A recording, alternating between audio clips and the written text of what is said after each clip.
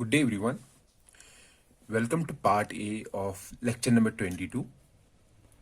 In this particular lecture, we will be discussing about memory system in our computer, modern computers. Okay. So up to this point, when we were discussing about the basic processor design or the pipelining, we were saying that whenever we have some operation related to the memory, for example, a load operation or a store operation, in that particular stage, in that particular instruction, in the memory access stage, we are accessing the memory. We are going to the memory and we are either getting data from the memory or we are storing data into the memory. And we used to say that every stage nearly takes 1 or 2 cycles to complete. So that means this memory access stage would also take 2 stages or 2 or 3 cycles to complete. Okay, this was our assumption. And if in any stage the number of cycles taken by that particular stage is very large, then that will result in decrease in the performance of the system. For example, if there is some stage X and this stage is taking 100 cycles, okay, then in the pipeline we assume that every stage will take 100 cycles to complete, or we can say every instruction will take 100 cycles to complete. So the time taken by a single instruction to complete in a pipeline will depend upon the stage which is taking the maximum number of cycles. So we want that every stage should take the smaller cycles to complete its processing. Okay. Likewise, in memory access stage, we want that this particular operation should be completed in very less number of cycles. However, our memory operation is an expensive operation. We nearly require 50 to 200 cycles to access the memory.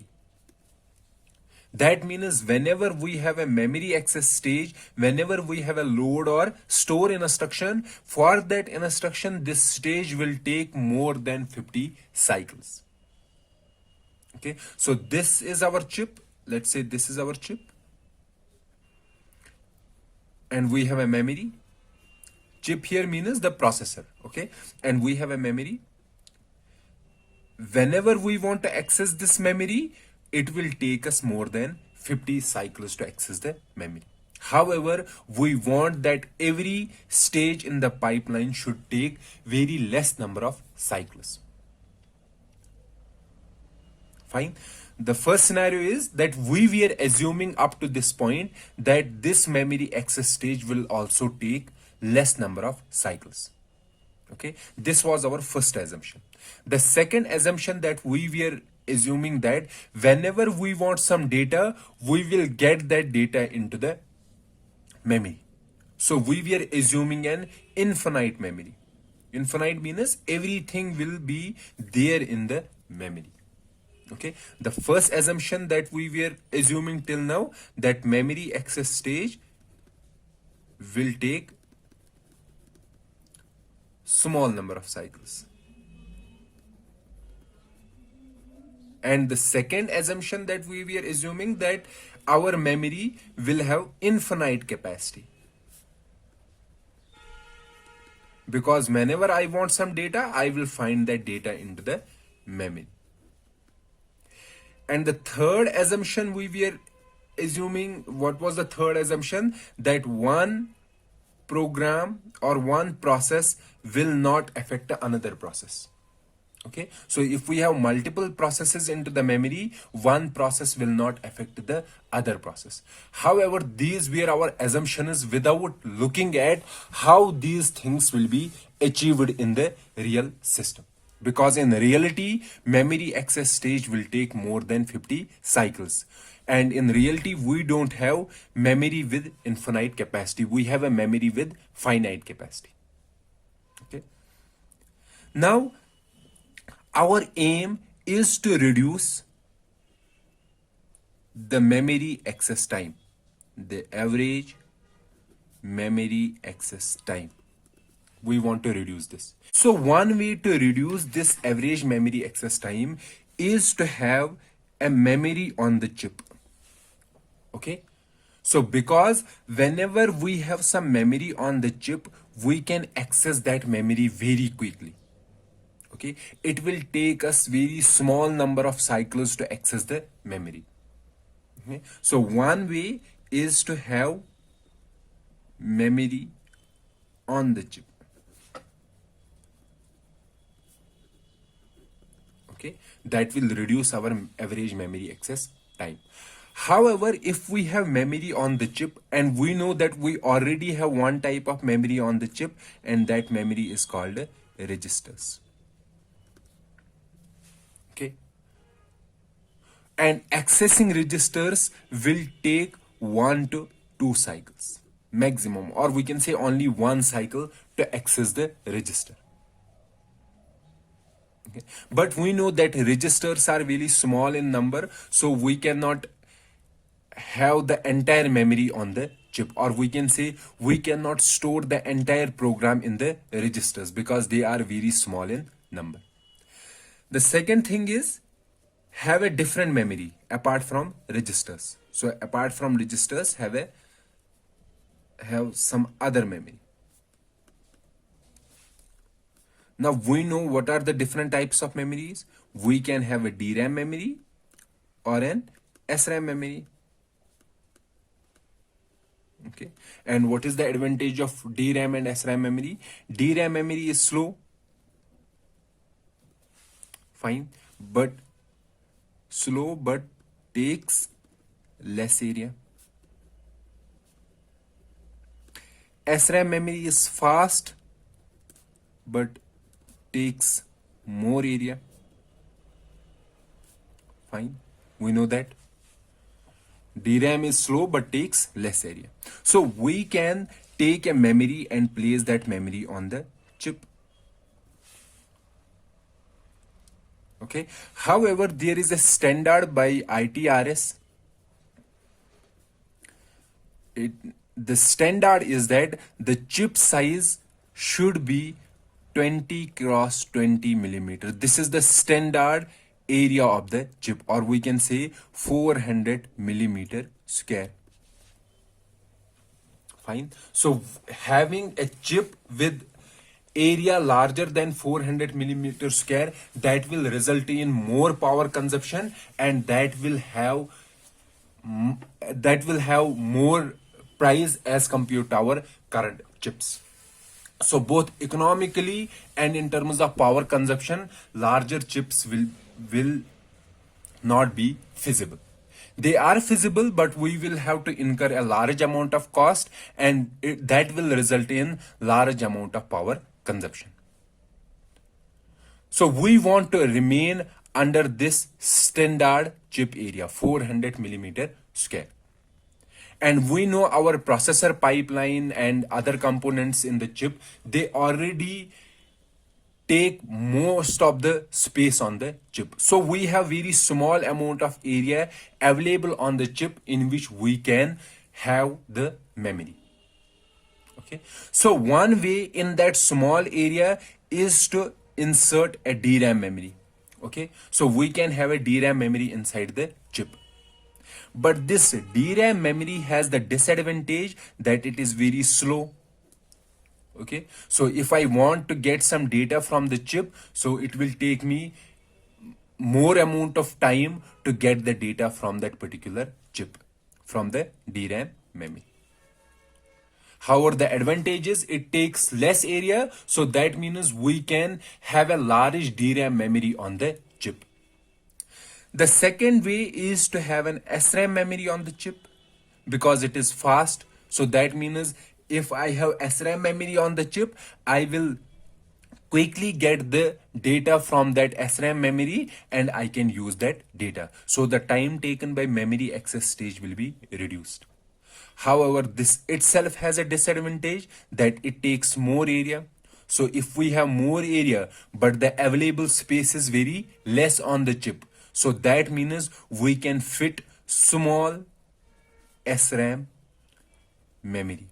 So the size of memory will be very small.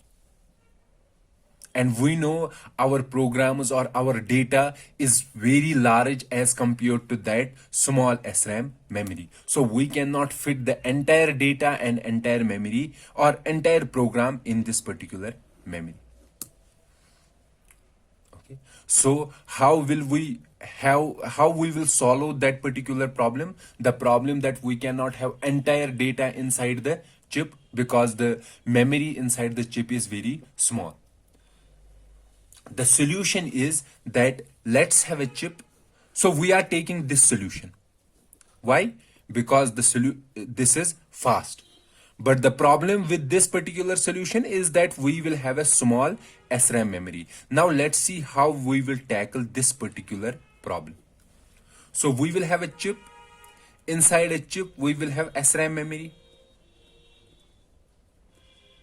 Okay, whenever this chip means, let's suppose our processor pipeline, whenever our processor pipeline needs a data, it goes to the SRAM memory. And let's say it takes 2 to 4 cycles to get data from this SRAM memory. However, we know this SRAM memory is very small in size. That means this SRAM memory won't be able to hold all the data. So when my processor requires a data, it goes into the SRAM memory. And if it finds data in this memory, then it will take that data and will continue its process. However, if the data is not available in the memory, because we know that entire data cannot be fit into this small memory. So to solve this problem, we will have another memory of the chip, off-chip memory. So this was an on-chip memory, this SRAM memory. This off-chip memory, the size of off-chip memory will be very large. So it will be very large as compared to an on-chip memory. And we can have this memory as a slow memory. Okay. So we don't want this memory to be as fast as this SRAM memory. So this memory is usually a DRAM memory. So why DRAM memory? So since we know DRAM memory is slow, but it takes less area. So that means on the same area, let's suppose we have this area, the same two memories of the same area. This is SRAM memory and this is DRAM memory. Let's say the area is same. Okay, then which one has the more capacity? This one will be having more capacity as compared to SRAM. Why? Because the DRAM cells take less area as compared to the SRAM cells. So that is why this memory is made of DRAM cells, so that it has much more capacity as compared to the SRAM memory, and also we can tolerate some extra cycles while accessing this DRAM memory. Fine. So we are designing our chip now in a way that we have some memory, SRAM memory, which is very fast on the chip, and we will have a DRAM memory of the chip that will be having large size as compared to the on-chip memory. So whenever my processor requires a data, it first checks in this SRAM memory, and if it's not able to find the data in this SRAM memory, it will go to the DRAM memory. Okay, and it will get data from the DRAM memory. So this internal memory to the chip is called cache. And this DRAM memory is usually our main memory, or which we also call the RAM, random access memory. This is our main memory or primary memory. Fine. And please remember that cache and registers are different. Cache is this small memory that is used to store the data that we get from the DRAM memory, and it has some features, so we are going to discuss those features here. Okay, so we have to discuss about the caches, okay, and how the data from this main memory is brought into the caches, and how that data is then used by our processor pipeline. Okay, so before discussing the caches, we have to discuss two important concepts here. So we will discuss those concepts here first, then we will go for the discussion about the caches.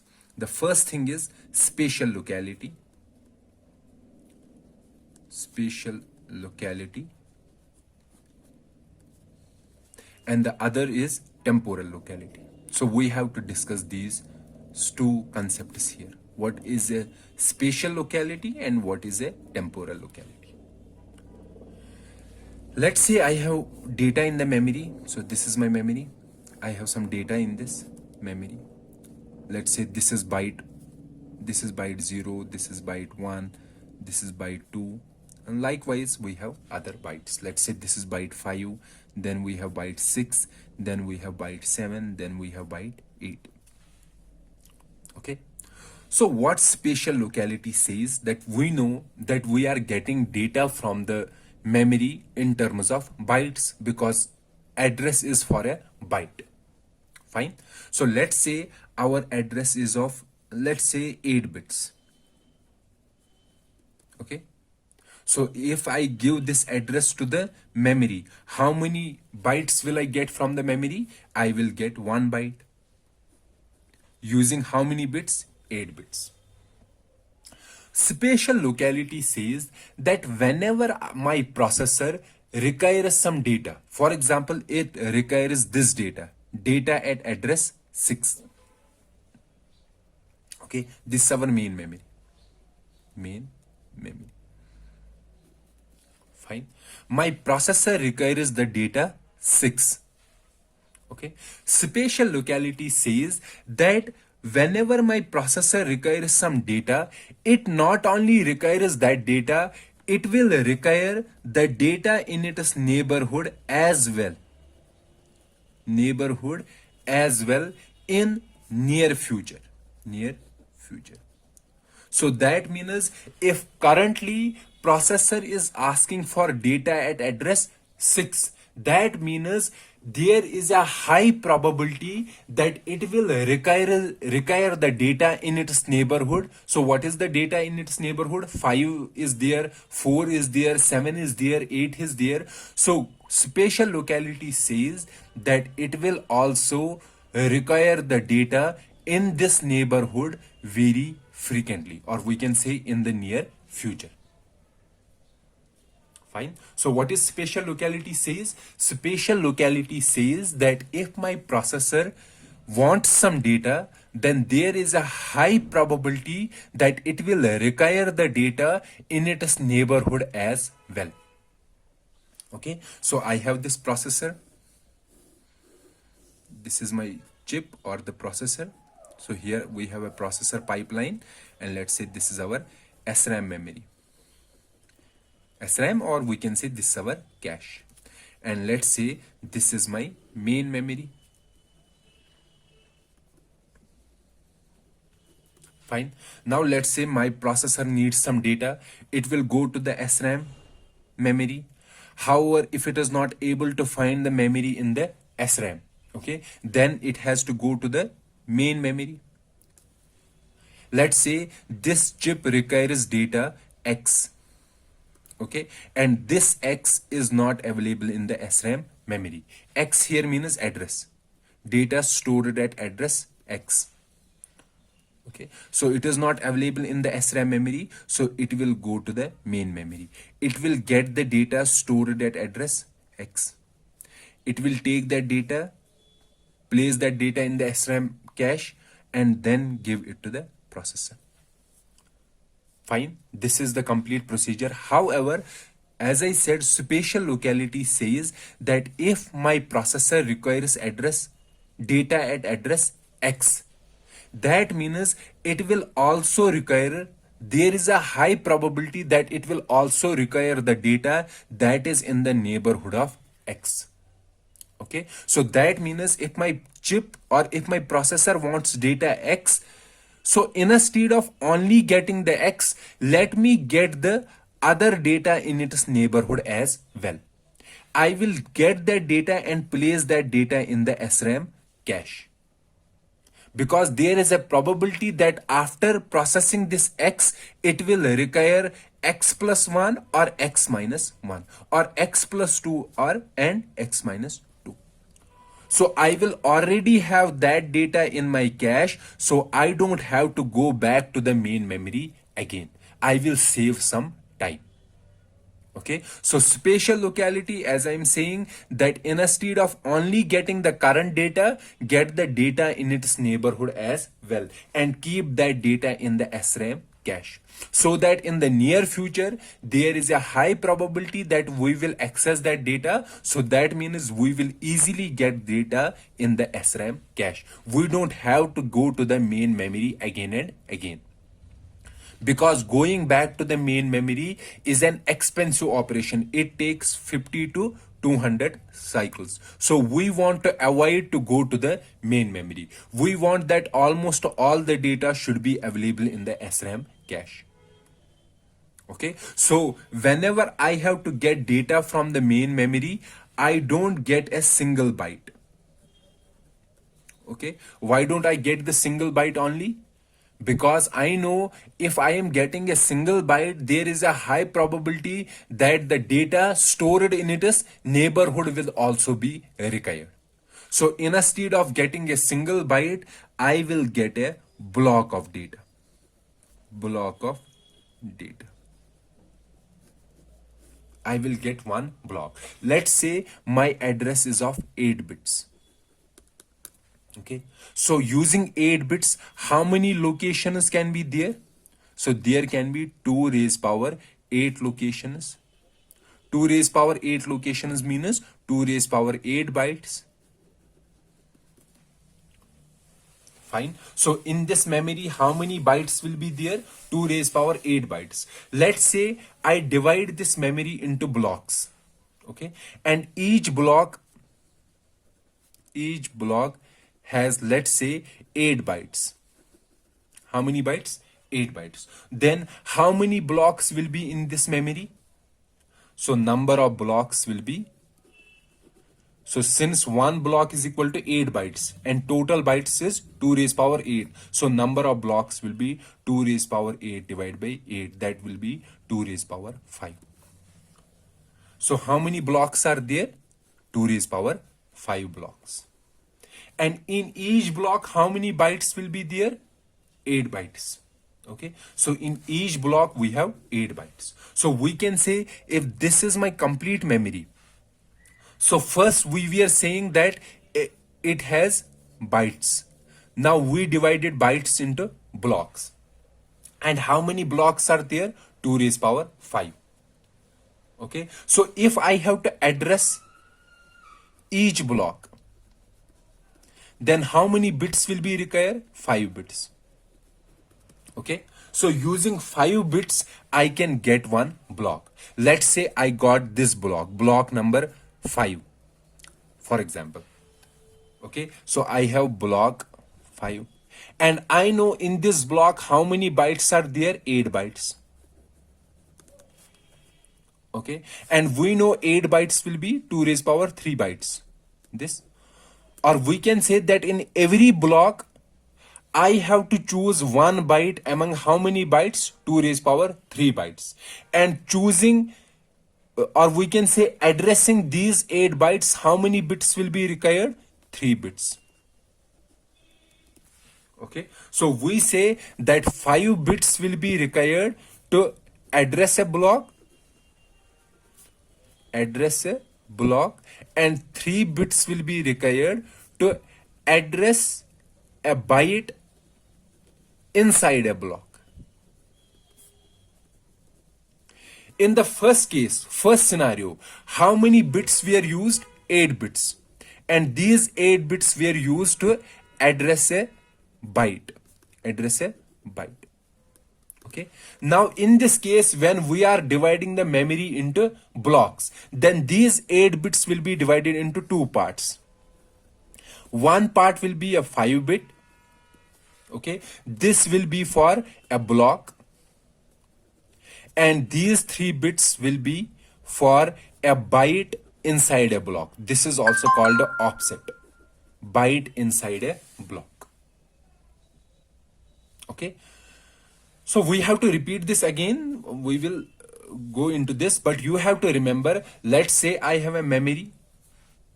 Okay, the complete address here is divided into two parts, a block address and a byte address. Why we are dividing a memory into block? We are dividing into a memory into a block so that we don't get one byte from the memory. Instead, we will get data from the memory in the blocks. And why we will get data from the memory in blocks? We want that instead of only getting one data, we will get the data in its neighborhood as well. And why there is a need to get the data in the neighborhood as well? Because spatial locality says if I am accessing some data, there is a very high probability that I will get the data, I will require the data in its neighborhood as well. So I am not only getting that particular data from the neighborhood, from the memory, but I am also getting the data in its neighborhood as well. So that is why instead of getting data from the memory in terms of bytes, I want to get data from the memory in terms of blocks. Fine. So is it fine? So here I said that if each block has, let's suppose, 8 bytes, or we can say each block has 2 raised power x bytes. Okay, then how many bits will be required to access the byte inside a block? We will require x bits to address a byte inside a block.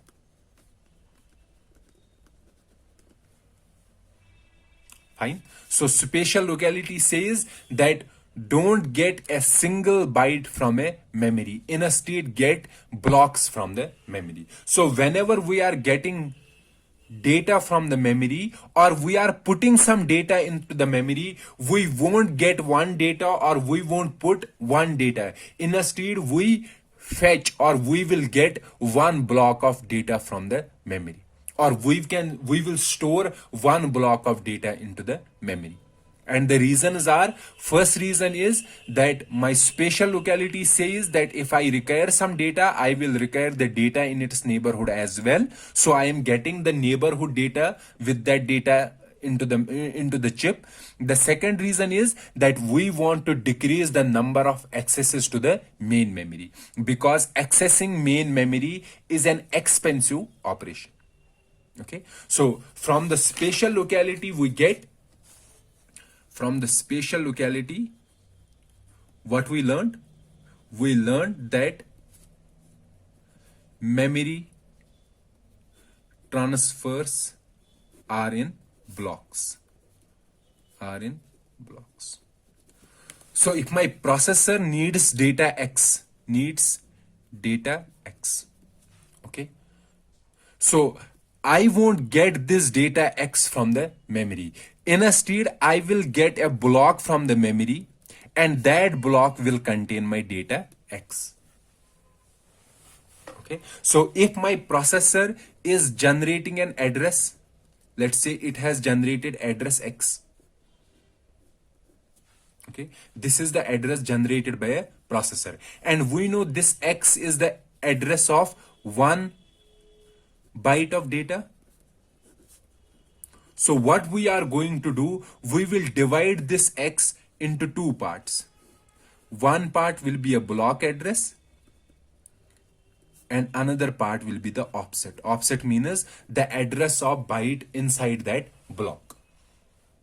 Okay, so we will first get this block from the memory. So instead of getting 1 byte of data from the memory, we will get this block. And in this block, we will be having this X data. And this particular data, this byte, will be found out using these bits, these offset bits. Okay. So this was all about the spatial locality. Now let's learn about the temporal locality.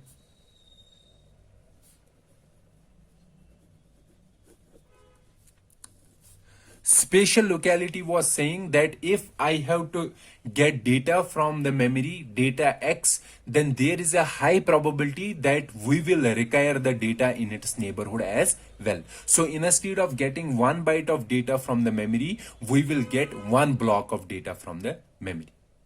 Temporal locality says that if my processor wants data X, okay, then there is a high probability that it will reuse this data again in near future. Okay, so if I have gotten this data from the memory, this X, so if I have this chip and from the memory I have got some block, okay, and why I have got some block, because I will only get data from the block when my processor needs that means my processor needs this particular block or some data in this block, okay, and I am getting this data and placing this data in my cache memory. Now when I am putting this data in my cache, my temporal locality says that if my processor is currently using this data, it will again use this data in near future. So I will keep this data in my cache for some time. Why I will keep this data in my cache? I want because temporal locality says that there is a high probability that I will reuse this data again. So if I am reusing the data again and I have this data in my cache, I will find the data in the cache. So I don't have to go back to the memory again and again. Okay, so this is the concept behind the temporal locality. So spatial locality says that if my processor requires some data, so there is a high probability that it will require the data in its neighborhood as well. So spatial locality, from the spatial locality we got that memory transfers are in blocks, are in terms of blocks. Okay, temporal locality says that if my processor needs data X, then there is a high probability that it will require this data again. So it says keep data in cache for some time, because there is a high probability that I will require this data in near future again. Fine. So this was all about the spatial locality and temporal locality and why there is a need of a on-chip memory and an off-chip memory. Okay. So with this, we will end this particular lecture, and in the next lecture, we will start discussing about the caches and how data is transferred from memory into the caches and how data is mapped into the caches. So let's meet in the next lecture. Till then, goodbye.